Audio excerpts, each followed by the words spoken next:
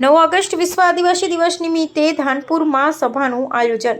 મામલતદારશ્રીને પરવાનગી માટે આવેદનપત્ર અપાયું. ધાનપુર તારીખ 5 ઓગસ્ટ વિશ્વ આદિવાસી દિવસની ઉજવણીને ભવ્ય અને શાંતિપૂર્ણ રીતે ઉજવવાના હેતુથી ધાનપુર ખાતે આદિવાસી સમાજના આગેવાનો અને આયોજન સમિતિની મહત્વપૂર્ણ બેઠક યોજાઈ હતી. બેઠક બાદ આયોજન સમિતિ દ્વારા ધાનપુર મામલતદારશ્રીને 9 ઓગસ્ટે યોજાનારી જનજાગૃતિ રેલી અને જાહેર સભા માટે જરૂરી વહીવટી પરવાનગી મેળવવા આવેદનપત્ર આપવામાં આવ્યું હતું.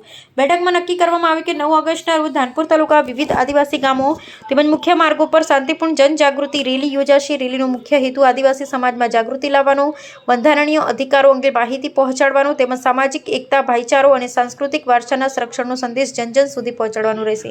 આયોજન સમિતિએ જણાવ્યું હતું કે સમગ્ર કાર્યક્રમ સંપૂર્ણપણે શાંતિપૂર્ણ, અનુશાસિત અને કાયદાનું પાલન કરીને યોજવામાં આવશે. સમાજના તમામ કાર્યકરો, યુવાનો, મહિલાઓ અને આગેવાનોને પ્રશાસન સાથે સહકાર આપી કાર્યક્રમને સફળ બનાવવા અપીલ કરવામાં આવી છે. બેઠક દરમિયાન રેલીનો રૂટ, સમયપત્રક, જાહેર સભાની વ્યવસ્થા, સ્વયંસેવકોની જવાબદારીઓ, સુરક્ષા વ્યવસ્થા તેમજ અન્ય જરૂરી વહીવટી તૈયારીઓ અંગે વિસ્તૃત ચર્ચા કરવામાં આવી હતી. વિશ્વ આદિવાસી દિવસની ઉજવણી ધાનપુર તાલુકામાં ભવ્યતા સાથે અને શાંતિપૂર્ણ માહોલમાં યોજાય તે માટે આયોજન સમિતિ દ્વારા તૈયારીઓને અંતિમ સ્વરૂપ આપવામાં આવી રહ્યું છે. જુઓ મીડિયા સમક્ષ નિવેદન આપ્યું. રિપોર્ટર ચંદુભાઈ મોહનિયા.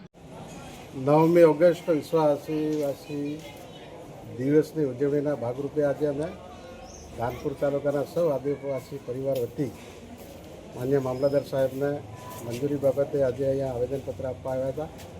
એમાં અમારો 9મી ઓગસ્ટે ધામધૂમથી આદિવાસીની સંસ્કૃતિ, પ્રકૃતિ, આદિવાસીના ભાઈઓ બહેનો ઉજવણી કરી શકે એમાં શાંતિ રીતે રેલી અહીંયા કોટંબી ચોકડીથી તિલકા માજી ચોકથી ગુરુ ગોવિંદ ચોક સુધી રેલીનું આયોજન કરેલું છે.